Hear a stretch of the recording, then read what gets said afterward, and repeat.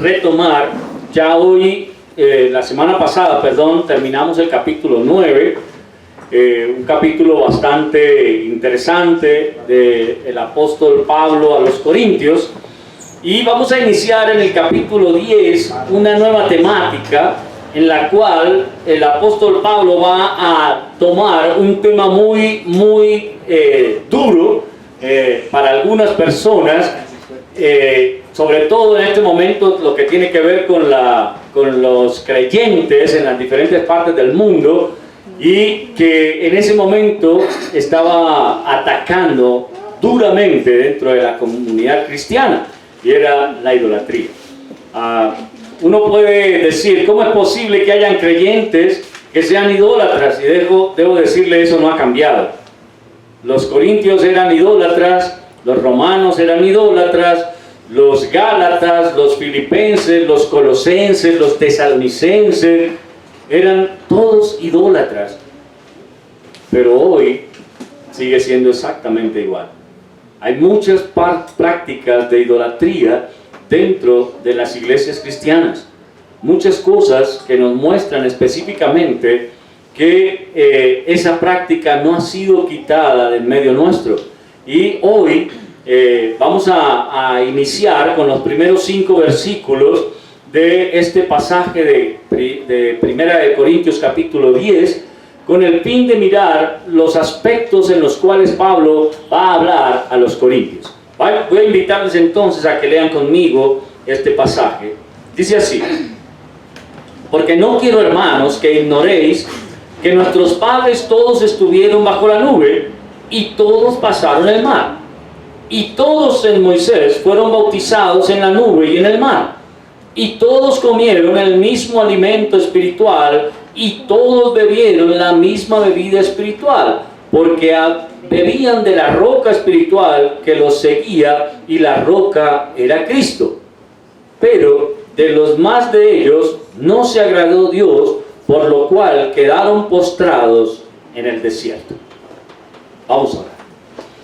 Padre, qué bueno es llegar al final de un capítulo y poder iniciar otro con toda la expectativa que este trae, porque en este momento vemos cómo el apóstol Pablo cambia radicalmente de tema.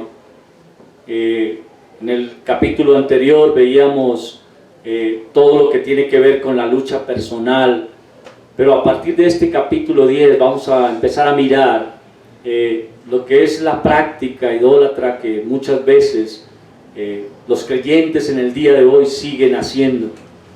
Queremos pedirte, Señor, que nos guíes en este estudio de tu palabra, para que ella nos inspire a cada día a tratar de dejar de lado aquellas cosas que te desagradan, y de esta manera podamos ser convencidos de pecado, justicia y juicio, como tu palabra lo manda, y como lo dice ella misma a través de tu Espíritu Santo. Gracias Señor, porque hoy nos das el gozo de poder estar reunidos con el fin de seguir estudiando, y permite que esté nuestro espíritu, nuestra mente, nuestro corazón totalmente alineado a tu palabra, y deseosos de cada vez conocer mucho más de lo que tú quieres enseñarnos. Quita de nosotros, oh Dios, cualquier distractivo que quiera estar a nuestro alrededor, y permítenos tener el gozo de entender tu palabra santa. Te lo pedimos, Padre, en el nombre amado de nuestro Señor Jesucristo. Amén. Amén.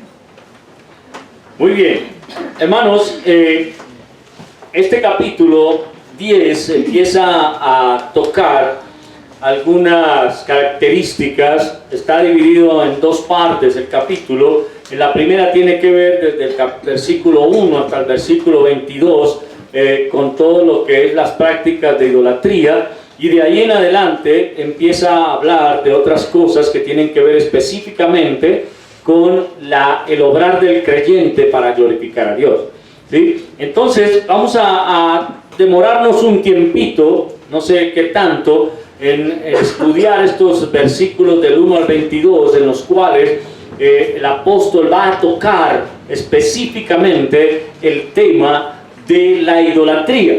Y algo que por lo cual el apóstol empieza, en primer lugar, es lo que tiene que ver con la historia del pueblo de Israel en Egipto. Porque no quiero, hermanos, que ignoréis que nuestros padres todos estuvieron bajo la nube y todos pasaron el mar. Hermanos, el apóstol Pablo efectivamente está hablando primeramente a los judíos, que eran los que estaban allí como descendientes de las personas que habían cruzado el mar y que habían sido sacados específicamente de Egipto, de ese tiempo de esclavitud en el cual tanto daño se le hizo a la comunidad judía, a la comunidad israelita, a los hijos de Israel, en razón de que esos 400 años de esclavitud lograron en el pueblo de Israel permear de manera directa todo lo que es la práctica de la idolatría. Como ustedes han podido darse cuenta, y sobre todo los que han venido estudiando los días martes, el pueblo de Israel estaba contaminado de todas las prácticas que los egipcios les habían obligado a desarrollar estando en esta tierra. Ellos eran torturados de alguna manera, haciendo los templos, los dioses, las esfinges, las figuras, todas aquellas cosas que los egipcios adoraban como dioses, y algo que el pueblo de Israel no iba a poderse quitar de manera determinante de un momento a otro, fue esta parte. La idolatría es algo que ha acompañado al pueblo de Dios hasta el día de hoy. Desafortunadamente, muchas cosas de las que hacemos hoy en día siguen causando en nosotros idolatría. Pero lo que el apóstol quiere hacernos ver en este primer versículo es que no podemos ignorar nuestro inicio. Nosotros, hermanos queridos, iniciamos allá en Egipto. El pueblo de Israel, la familia de Jacob, entra a Egipto, en una condición de ser personas libres. Ellos entran a esta ciudad, a este territorio donde José estaba siendo un hombre de poder, al cual el faraón había colocado en un lugar de privilegio con el fin de guardar no solamente a los egipcios, sino a mucha gente de la tierra en los años de escasez que se estaban presentando dentro de toda la tierra.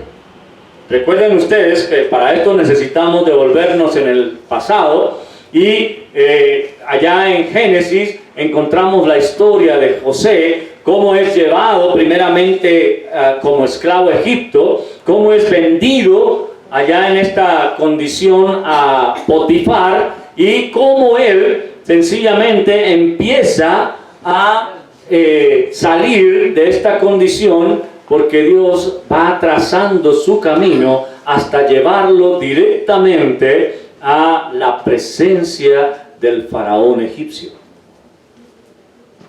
José nunca imaginó estar en esa condición.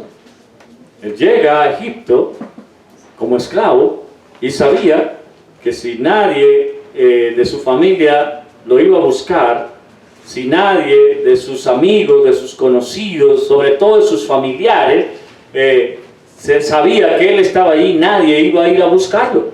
Así que él llega como esclavo a un territorio que no conoce, a una situación bastante compleja, pero a la casa de un hombre pudiente, de un hombre de renombre dentro de los egipcios. Ese es José.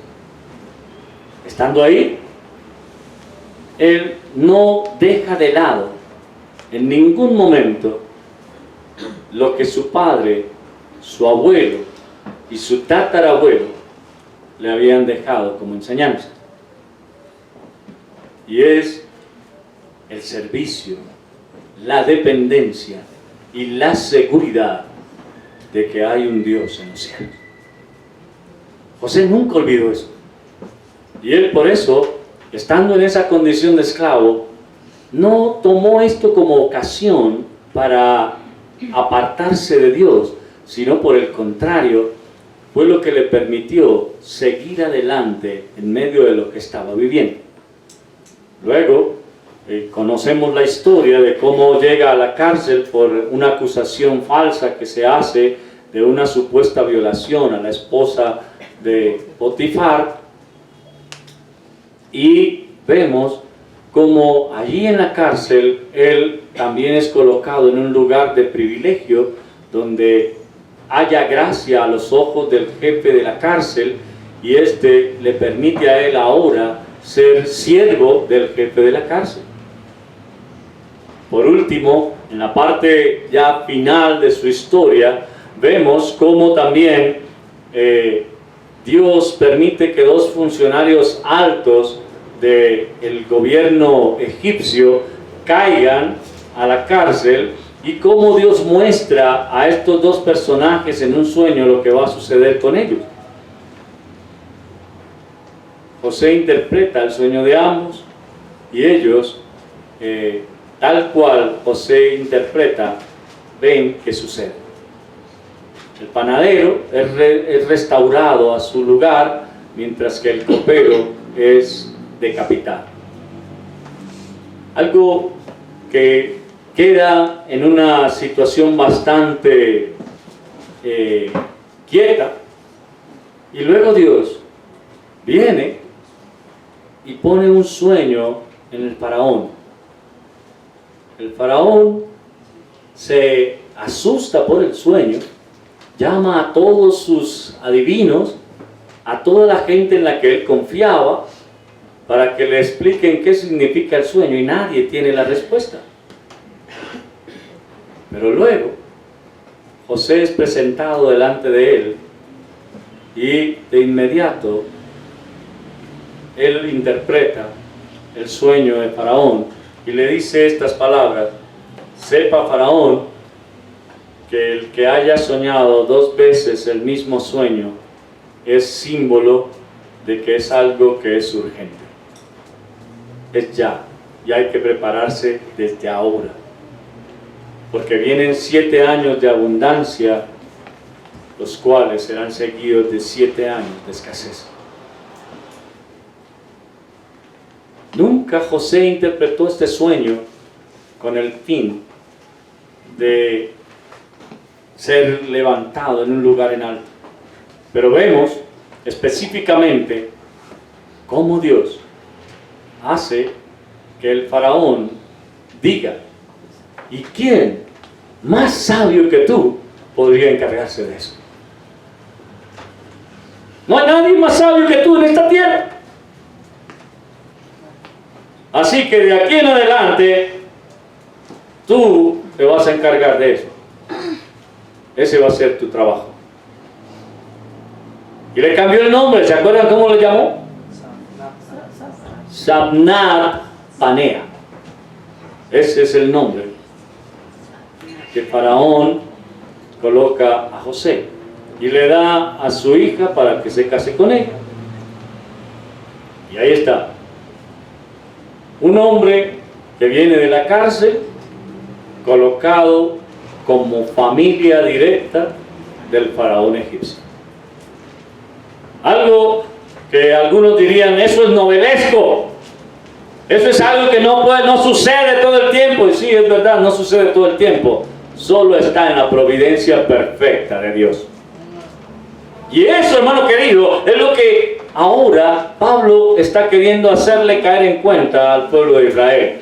A los judíos que estaban reunidos en la iglesia en Corinto, les dice: ustedes no pueden ignorar que ustedes estuvieron en Egipto, que estuvieron allá presos durante 400 años, y que luego la poderosa mano de Dios los sacó de allá e hizo con ustedes grandes señales y prodigios.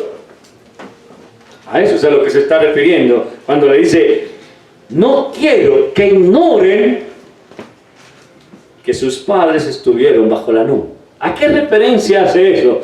Recuerdan que cuando el pueblo de Israel fue sacado de Egipto y llevado al desierto, dice la Escritura que una columna de nube se colocaba sobre ellos y los protegía del sol durante el día, pero en la noche se convertía en una columna de fuego que los calentaba en el desierto para que pudiesen seguir su camino hacia el monte Sinaí.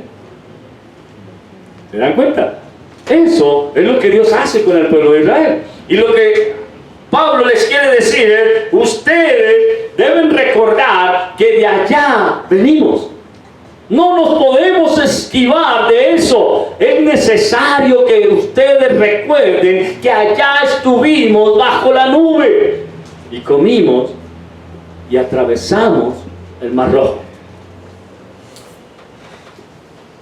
Hermano, mire algo. Quiero que vaya a Éxodo capítulo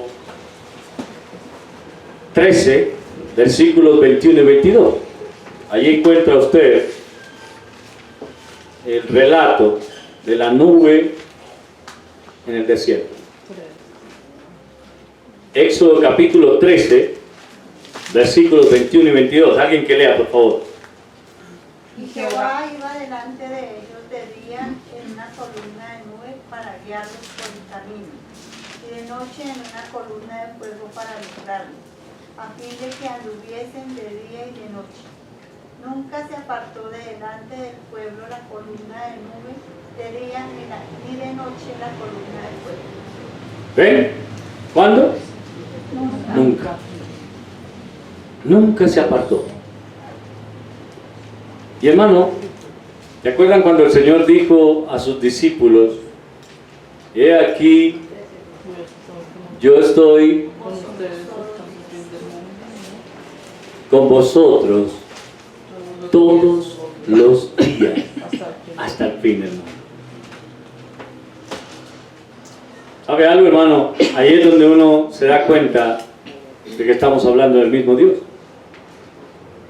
Dios no se apartó del pueblo de Israel, nunca, ni un solo día se apartó de ellos. Y el Señor Jesucristo nos dice a nosotros que Él nunca nos dejará solos,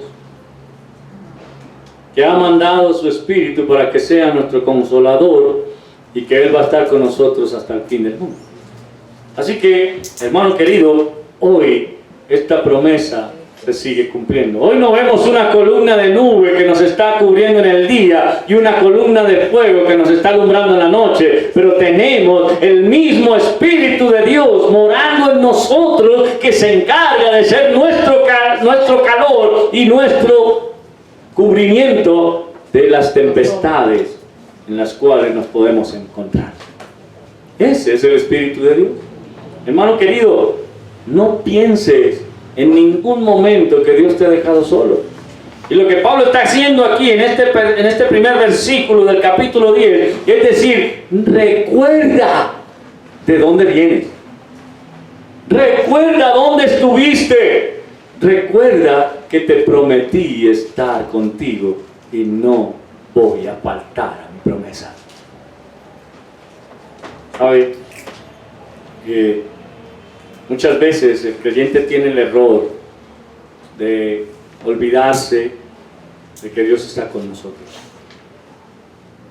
Y cuando olvidamos que Él está con nosotros es cuando empezamos a hacer cosas que van en contra de Dios mismo. Cuando olvidamos su promesa de estar con nosotros todos los días y nos desesperamos por las circunstancias que estamos viviendo, en ese momento estamos dándole la espalda a Dios. Dios no te da la espalda nunca. Nunca te va a dar la espalda, porque eres su hijo. Pero nosotros constantemente estamos dándole la espalda a Dios. Y esto es algo supremamente complicado. Hermano querido, no olvides, no ignores de dónde vienes. Las veces en las que Dios te ha protegido, las veces en las que Dios ha provisto todo aquello que has necesitado. No lo olvides. ¿Sabe? el pueblo de Israel cometió el error de olvidar estas cosas. Por eso Pablo tiene que recordárselo.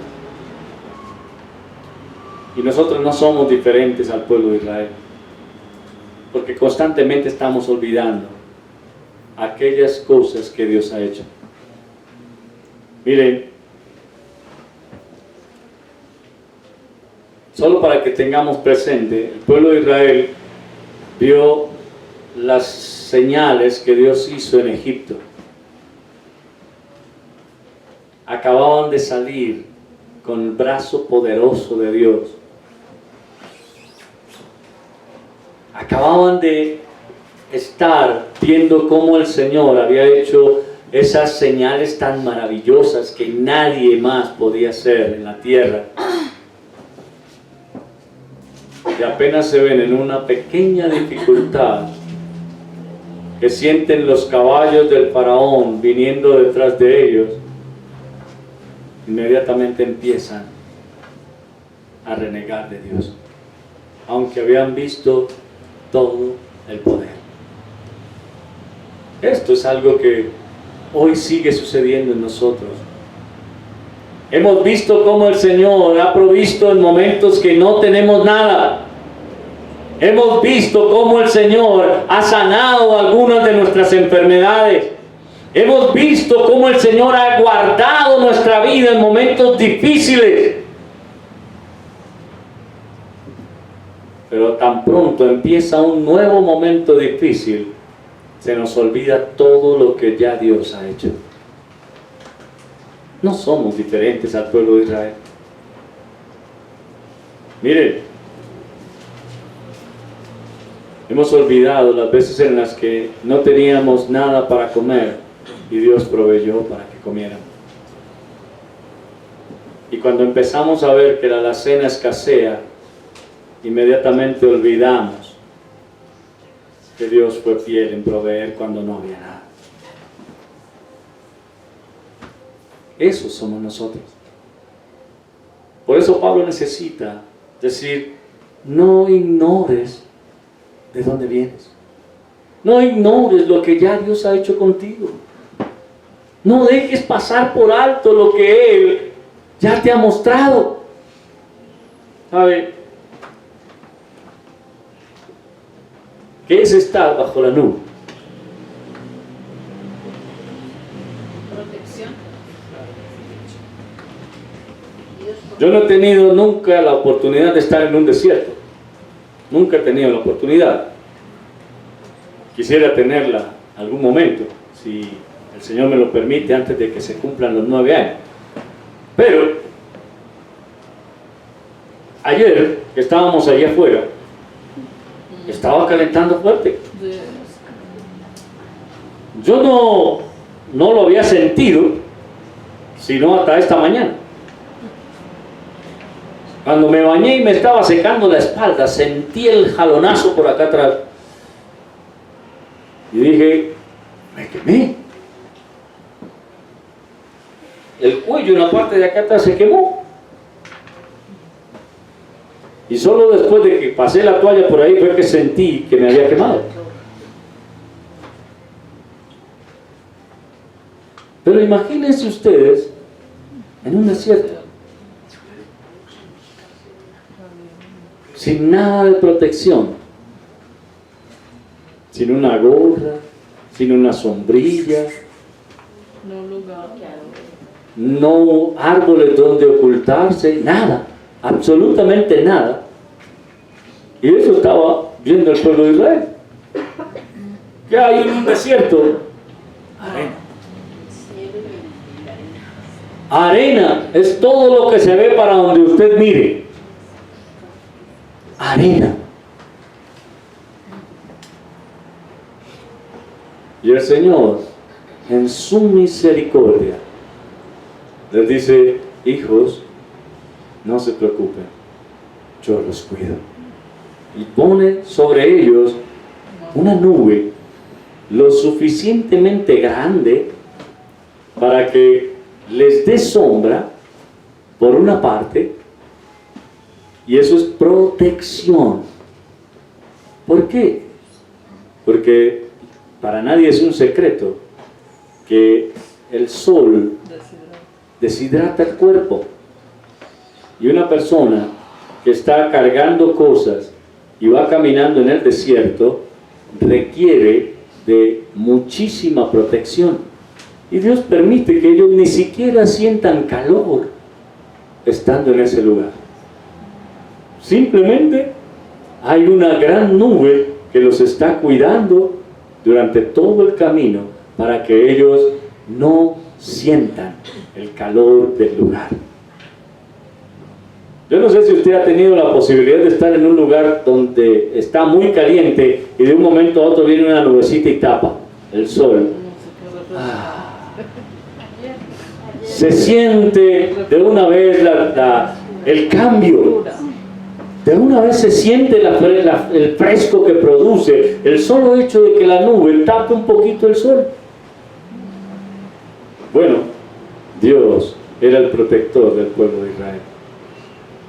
Pero ahora miremos el versículo 2, porque el versículo 2 nos muestra una característica bien interesante. Dice, y todos en Moisés fueron bautizados en la nube y en el mar. Hermano, esto es algo bien interesante.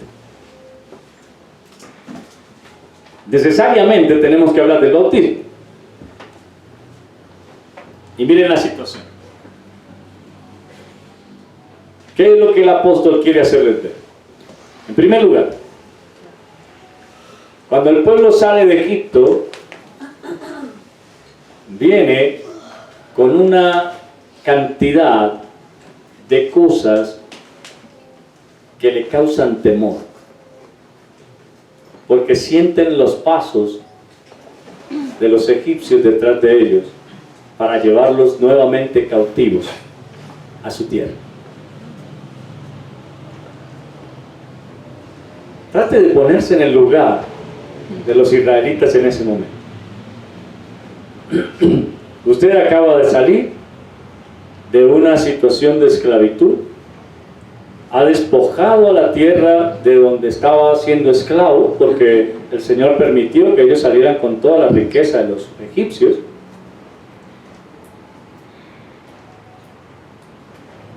Va caminando por el desierto, no hay un lugar fijo para dónde ir, simplemente están esperando que Dios les diga, en tal lugar es donde van a estar. El único que sabía el lugar para donde iban era Moisés, porque cuando a Moisés se le llamó, se le dijo, esto te será por señal, después que hayas sacado del pueblo a Egipto, de Egipto al pueblo, perdón, dice, después que hayas sacado de Egipto al pueblo, serviréis a Jehová en este monte.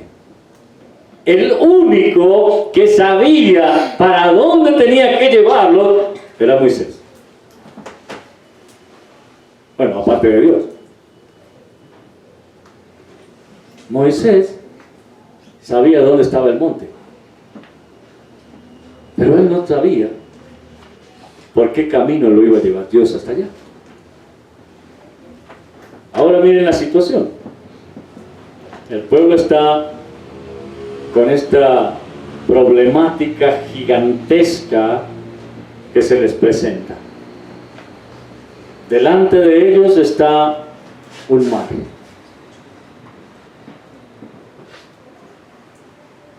¿Qué sería lo primero que habrían pensado muchos de ustedes? ¿Ah? ¿Por qué? Piensa que el Señor va a ser algo grande. ¿Qué es lo primero? No sé nadar. Hay tiburones. La costa está muy lejos.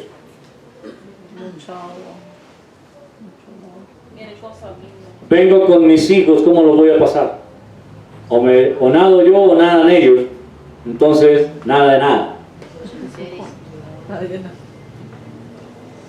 Voy en una condición, ¿y cómo paso mis cositas que traje? Si me echaron una cantidad de oro, ¿cómo lo voy a dejar aquí? Si me lo pongo encima se hunde conmigo, yo no puedo nadar con ese peso. Algo interesante. Para adelante, no hay modo. Para atrás, vienen los egipcios. El ejército solamente.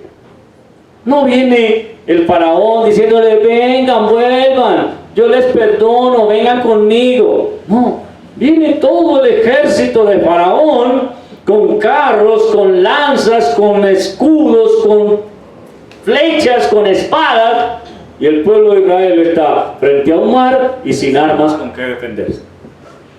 No están preparados para la guerra, no saben cómo enfrentarse al faraón, y aparte de eso, ellos tenían la certeza de que faraón había conquistado muchos otros pueblos con ese ejército que tenía. Así que, ¿qué eran ellos para el ejército del faraón? Hermano, una condición complicada en la que estaba el pueblo de Israel. Todos en Moisés fueron bautizados en la nube y en el mar. ¿Sabe algo, hermano? Y de pronto usted no ha pensado en esto, pero Dios le dice a Moisés, la gente está clamando, la gente está alegando, la gente está preocupada, se desespera y le dicen, Moisés, para esto nos trajiste a morir aquí en el desierto a manos de los egipcios. Moisés se desespera un poco y empieza a buscar a Dios. Señor, ¿qué hago? Recibe la respuesta de Dios, directa, contundente y en regaño. ¿Qué haces clamando a mí? Si ya tú sabes lo que tienes que hacer. Eso es lo que Dios le responde.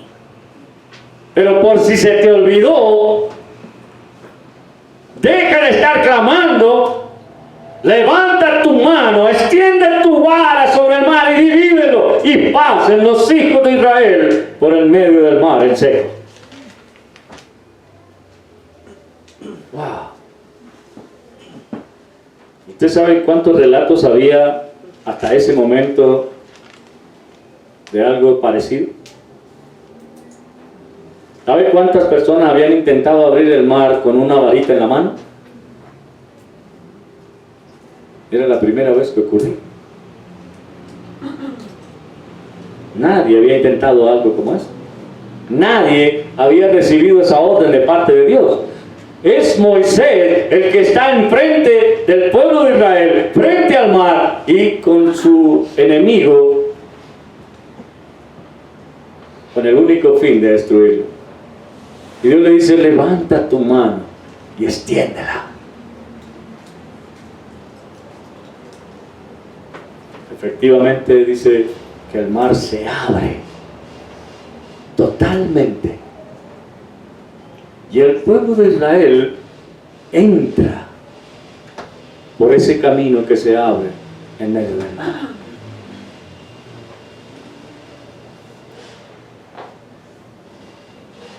¿Cómo entra el pueblo ante ese camino?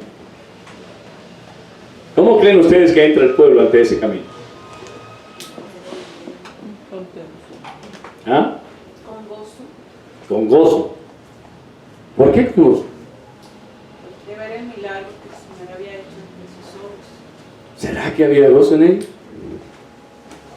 Sí.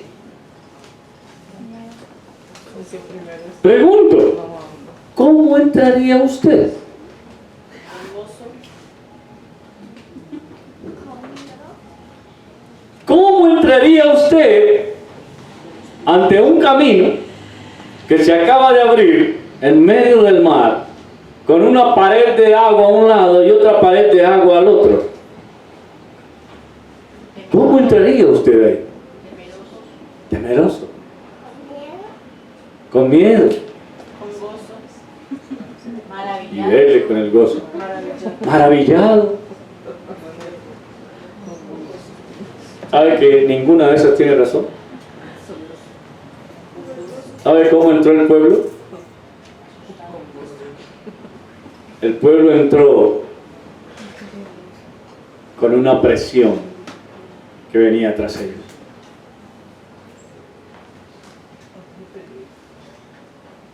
Ellos no entraron a ese lugar porque quisieran entrar. Ellos entraron en ese lugar porque Moisés les dijo: avancen.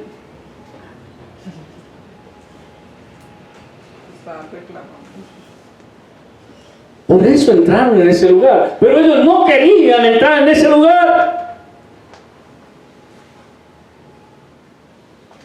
Y empiezan su caminata por el medio de esas dos paredes de agua que la ciencia humana ha querido determinar que no era, porque algunos dicen: no, si eso por donde pasó Abraham, Moisés con el pueblo de Israel es una parte del mar que el agua a duras penas le llega a la rodilla.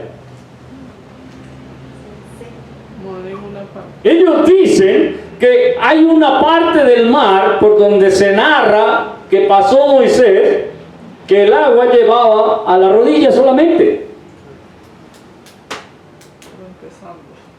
Y es más interesante todavía, porque pónganse ustedes a pensar,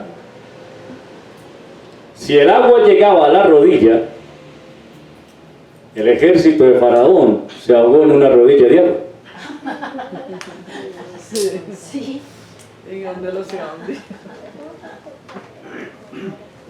Y ellos iban a caballo y con carros.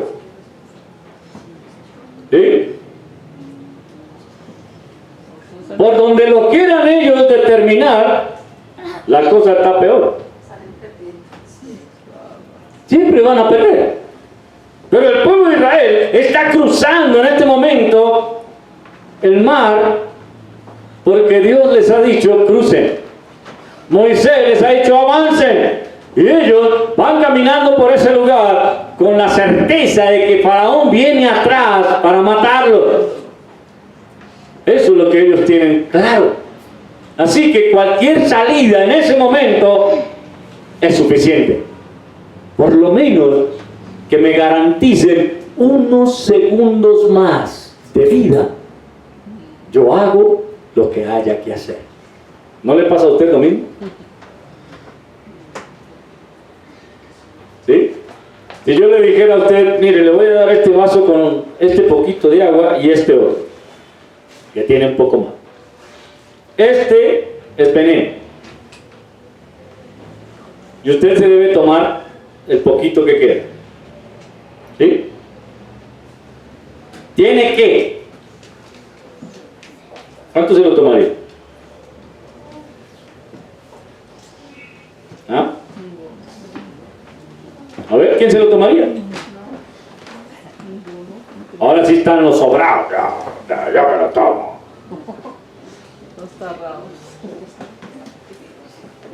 Pero si yo le digo de esta manera: mire, uno de estos dos vasos tiene agua y el otro tiene veneno, ¿qué haría usted?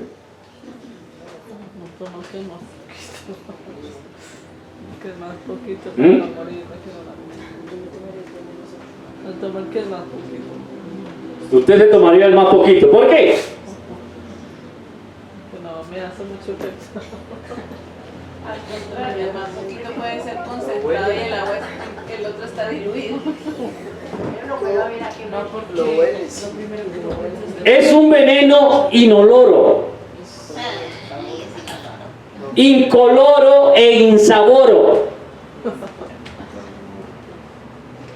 No te va a servir tu nariz, no te van a servir tus ojos y no te va a servir tu gusto. Indetectable.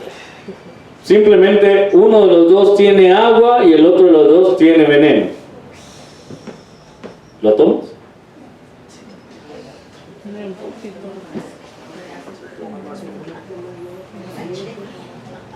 ¿Ve? Pero es que usted no ha llegado al clima de la situación.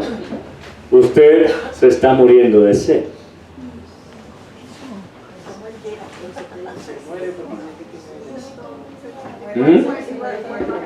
Escúcheme bien, usted se está muriendo de sed.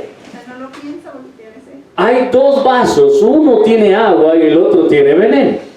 ¿Toma o no toma? ¿Y de cuál tomaría? Yo creo que el primero quería aceptar. No me importa, porque lo único que yo quiero es no morirme de sed, ¿cierto?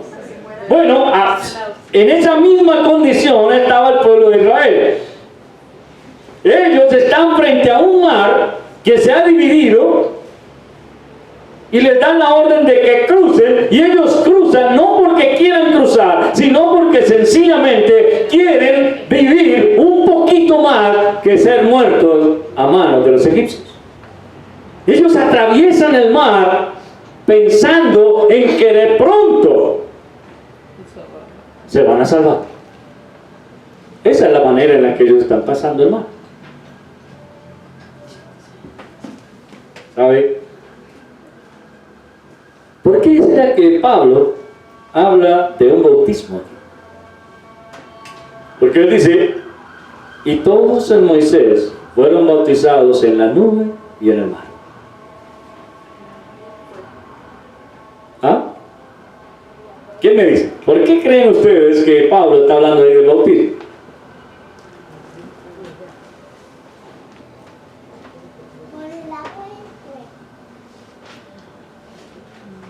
Miren, hermanos,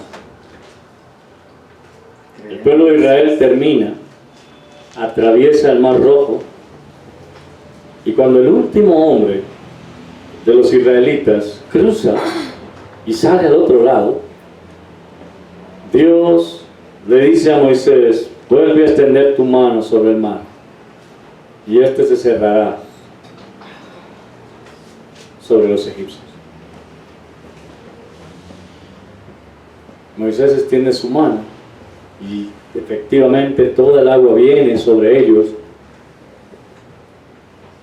y todo el ejército de Faraón es destruido en un solo instante. Todo el ejército de Faraón es destruido en un solo instante. El pueblo ha sido librado y están ahora a la otra orilla del mar, con la tranquilidad de que ya no van a ser más perseguidos por los egipcios. ¿Cómo comparamos esto con el bautismo?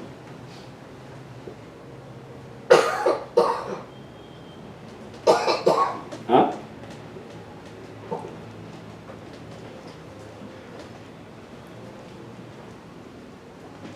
A ver, hermano,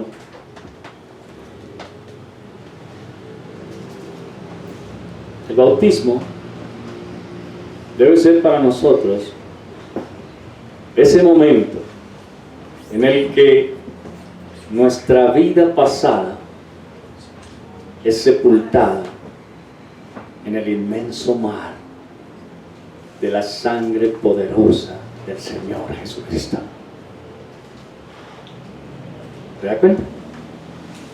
En el que nuestros pecados son quitados totalmente, como fue quitado la amenaza que significaba para el pueblo de Israel que los egipcios siguieran con vida. ¿Se da cuenta? Por eso cuando se habla de que el pueblo de Israel fue bautizado en el mar, es hacia eso a donde nos quiere llevar. El pueblo de Israel venía siendo perseguido por su pasado, por una cantidad de prácticas, por una cantidad de personas que lo único que querían hacer era destruirlos. ¿Qué es lo que quiere hacer el pecado contigo? ¿Ah? ¿Te acuerdas qué dice la Escritura? ¿Qué dice la Escritura acerca de eso? Dice que Satanás solo viene a hurtar, matar, destruir. Eso es lo que el pecado quiere hacer contigo todo el tiempo. Destruirte, dañarte, alejarte de Dios. Pero Dios pone un límite hasta dónde va a llegar el pecado. Y dice, de aquí para allá, tú eres alguien más. Cuando el pueblo de Israel se encuentra a la otra orilla del mar, ahora ellos tienen una característica que no tenían antes de cruzar. ¿Cuál es? Dígame. Libres. Son libres. Traigámoslo a las Escrituras. ¿Qué dice el Señor? Si el Hijo os libertare, seréis verdaderamente libres. ¿Se da cuenta? Ah, mi hermano querido, yo no sé si usted había visto el bautismo de esa manera, pero déjeme decirle, ahora debe tomar en usted un significado mucho mayor el haber sido bautizado, porque lo que hizo Dios fue quitarte de esa cantidad de cosas que te estaban absorbiendo, que te querían destruir, y ponerte ahora como una nueva criatura al otro lado del mar, para que todo eso que venías arrastrando sea quitado de ti. Esa es la característica en la que nosotros debemos pensar. Pero déjeme decirle algo también. La gran mayoría de las veces el creyente olvida fácilmente de dónde fue sacado. Así como el pueblo de Israel lo olvidó también. Están al otro lado del mar, están cantando, y sale la hermana de Moisés con un pandero, brincando en medio del campamento, cantando un himno, un coro que nosotros hemos cantado en muchas ocasiones. Echó a la mar al jinete y al caballo. Los destruyó en nuestra presencia. Nos permitió ver la liberación que Él hizo de nosotros. Y terminan de cantar y ya están renegando porque no hay agua para tomar. Se quedaron sedientos del canto y ahora reniegan porque no hay agua. Aunque acaban de ver el peso tan grande que traían sobre ellos, que ha sido quitado, ahora están renegando de Dios porque no hay agua. Pero notemos que Dios allí una vez más les da otra señal. Y es, les doy agua. ¿Se da cuenta? Hermano, pero algo que nosotros debemos tener en claro es, la nube estuvo con ellos antes de cruzar el mar. Y después de cruzarlo, ¿qué pasó? También. Seguía allí. Ella no se había ido. ¿Se da cuenta? La nube no se fue. Hermano querido, mira hacia arriba. Ahí sigue tu nube. Ella no se ha ido. No importa cuántas dificultades el enemigo te quiera hacer ver. No importa cuán duro sea lo que estás viviendo. Puedes mirar hacia arriba y verás tu nube ahí encima, protegiéndote, cuidándote. Y Dios diciéndote, aquí estoy todavía contigo. No te he abandonado. No te he dejado solo. ¿Se da cuenta? Ah, no, pero es que yo quiero algo más que la nube. ¿Qué más quieres? ¿Qué más puedes pedir? Y el Señor te dice, ¿por qué te afanas por la comida? Si Dios sabe que tiene necesidad de ella. Si Dios sabe que tiene necesidad, busca primeramente el reino de Dios y su justicia, y todas estas cosas os serán añadidas. ¿Se da cuenta? Mi hermano, yo no sé si tú tienes en claro lo que está pasando aquí. Lo que Pablo está queriendo hacer ver a cada uno de nosotros es el hecho de que nuestro bautismo no puede ser algo que simplemente haya sido una mojada. Porque seguramente para algunos fue eso. Sí, yo me mojé, yo me bauticé, pero salí y no pasó nada. Seguí siendo igual. Déjame decirte, ese gozo que experimentó la hermana de Moisés al estar al otro lado del mar, en la otra orilla del mar,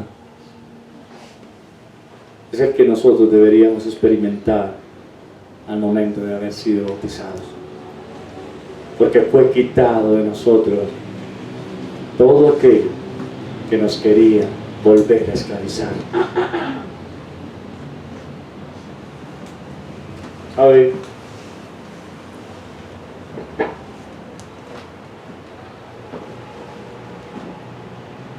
Dios sigue siendo el mismo.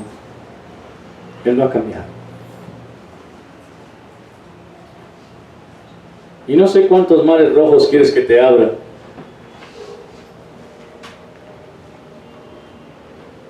No sé cuántos Moisés necesitas para que te abran el mar. No sé cuánto maná necesites que caiga del cielo para que sigas confiando en Dios.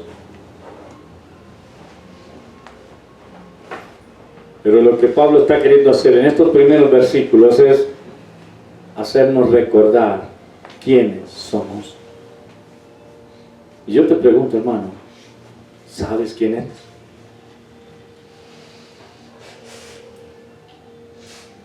¿Realmente sabes quién eres en Cristo?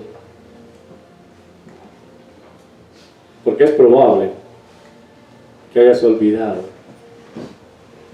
lo que el Señor ha hecho por ti. Y es tiempo de que lo recuerdes. Esto es lo que Pablo está haciendo aquí, diciendo: no te olvides de dónde vienes. No te olvides de dónde te sacó el Señor y dónde te puso.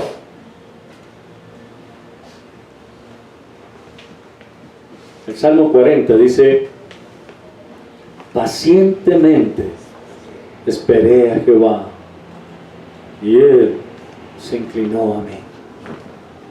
Me hizo sacar del pozo, de la desesperación, del lodo cenagoso. Puso mi pie sobre peña y enderezó mis pasos. Puso luego en mi boca cántico nuevo y alabanza a nuestro Dios.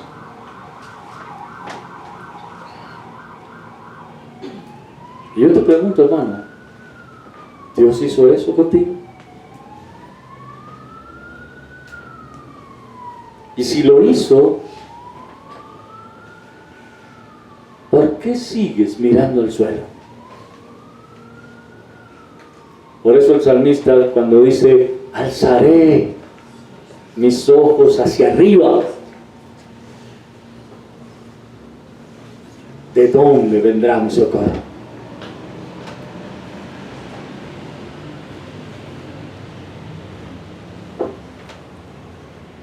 Hay un relato en la Biblia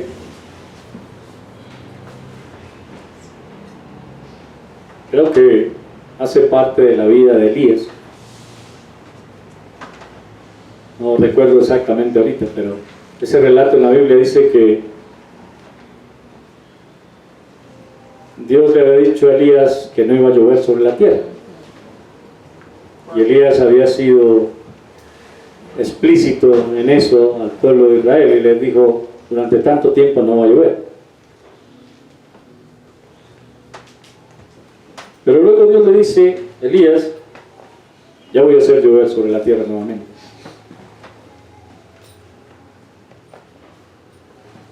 Y Elías le dice a su criado: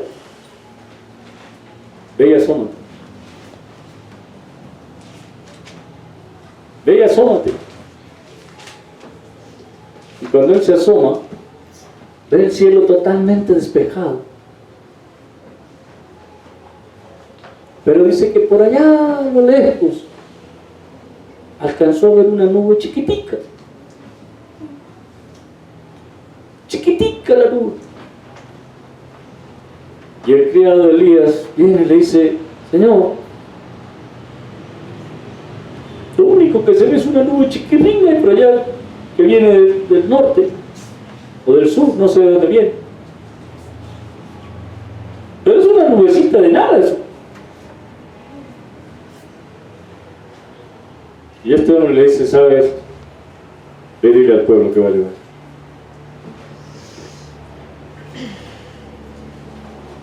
Por esa nube. Sí, va a llevar. Pero no creo que va a llover. Ve y diles.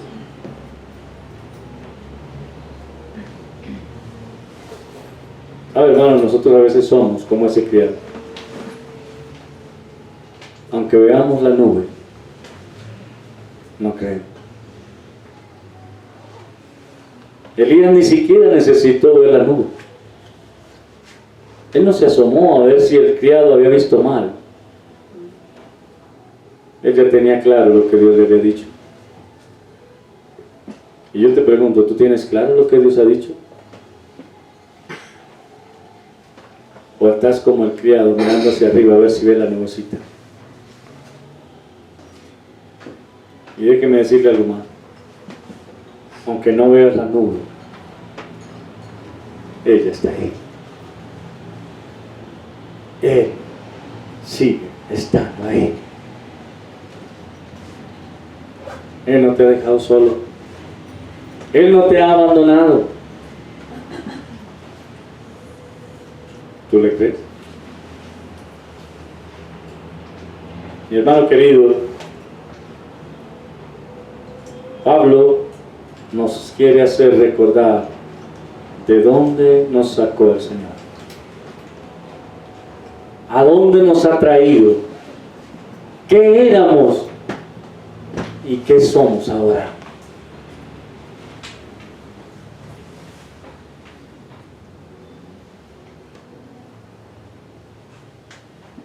¿Y tú qué quieres ser? ¿Uno que cree o uno que duda?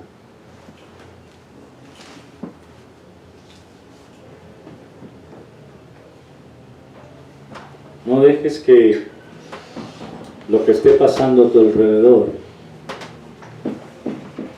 te robe el gozo de haber cruzado el Mar Rojo y haber visto destruido a tu enemigo que te quería esclavizar. Ya eres libre. Recuerda, el Hijo te libertó. No te esclavices nuevamente. No dejes que ese enemigo muerto en el Mar Rojo salga a buscarte cuando no puede hacerlo. Porque recuerda también lo que dice la Escritura: el que bebiere de esta agua volverá a tener sed, pero el que bebiere del agua que yo le daré, será en él una fuente que salte para vida eterna. Oh, mi hermano querido, deja ya tu desconfianza en Dios. Recuerda de dónde te sacó y recuerda dónde te ha puesto. Porque seguramente algunos, por las diferentes circunstancias que se han dado en la vida, han ido olvidando de dónde fue que te sacó Dios.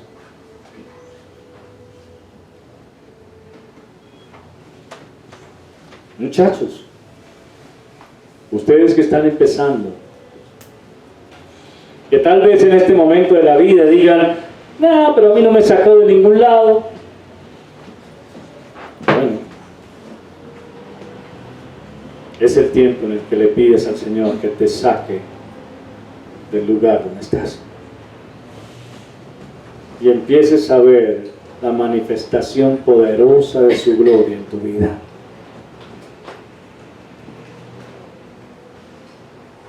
Porque en ese momento, cuando logres atravesar el Mar Rojo,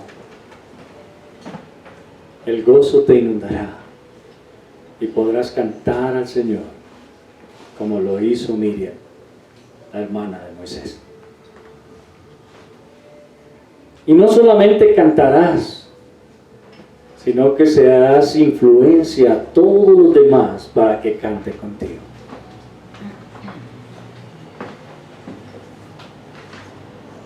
Pero es necesario que le pidas al Señor te haga reconocer de dónde has salido. Yo no sé cuáles son tus cosas personales. Yo no sé qué está pasando contigo hasta este momento de la vida. Pero sí te puedo decir que así como Dios libró a los ancianos, a los niños, también libró a los jóvenes. Y algo que te puedo garantizar es que tú no le quedas grande a Dios.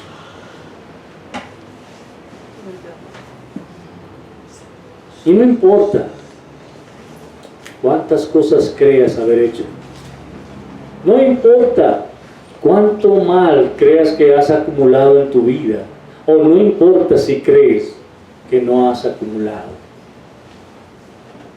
Lo único que te puedo decir es,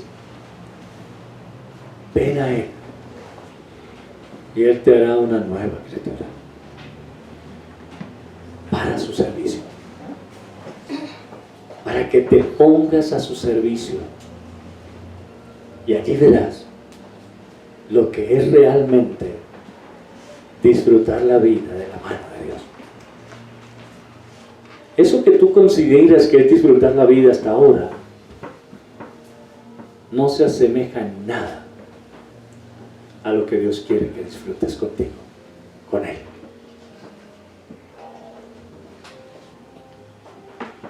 No dejes que esta oportunidad te pase.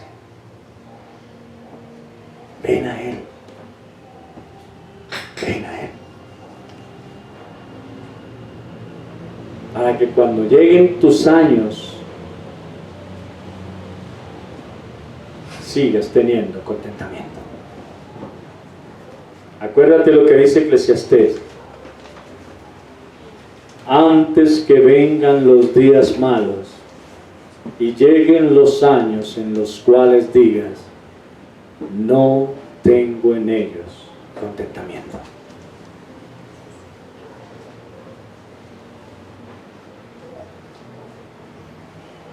No creas que vas a ser joven toda la vida. No creas que van a ser niños toda la vida.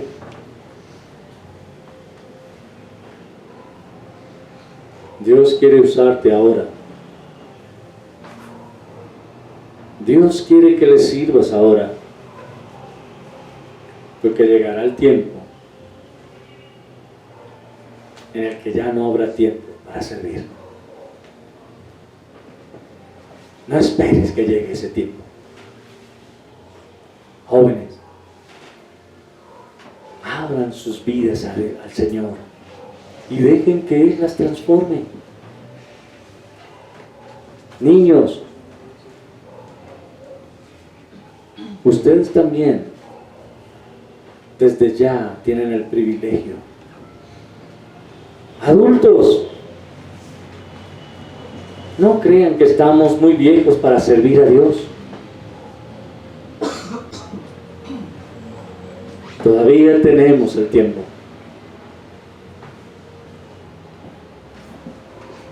¿Sabe? Hay un himno que dice, hay un texto bíblico que dice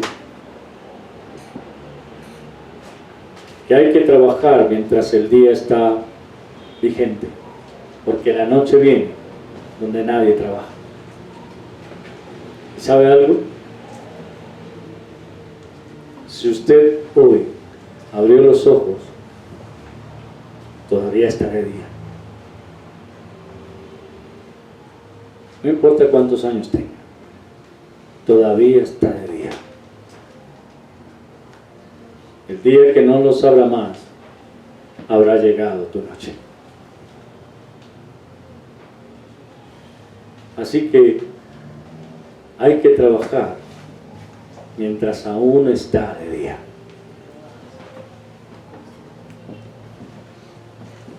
Sirve al Señor sin olvidar de dónde te ha llamado. Vamos a orar.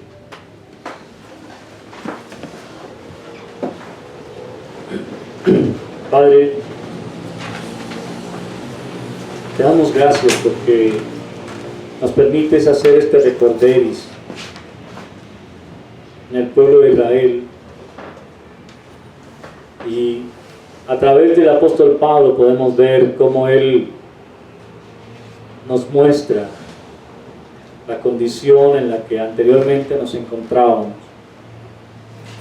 Queremos pedirte que nos perdones, Señor, porque en algunas ocasiones hemos sido peores que el pueblo de Israel al atravesar el Mar Rojo.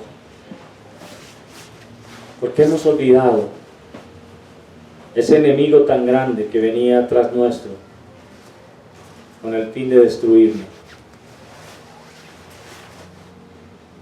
Ayúdanos, Señor, a retomar las fuerzas que de alguna manera ya hemos perdido en el caminar, y danos el privilegio de poder luchar con todas nuestras fuerzas para servirte de la mejor manera. Quita de nosotros, oh Dios, la pereza, quita la indisposición, quita las excusas, y permite que el anhelo más grande de nuestro corazón sea el servirte a ti, Rey de Reyes y Señor de Señores. Ayúdanos a disfrutar cada día en tu presencia. Ayúdanos a compartir cada día de tu palabra con otros. Y ayúdanos a vivir como tú quieres que vivamos. Bajo tu protección, bajo tu sombra maravillosa que está allí, aunque no veamos la nube, pero que sigue estando allí para cuidarnos a nosotros. Te damos gracias. Y nos dejamos en tus manos en esta hora, en el nombre amado y precioso de nuestro Señor Jesucristo. Amén. Hermanos, que el Señor les bendiga.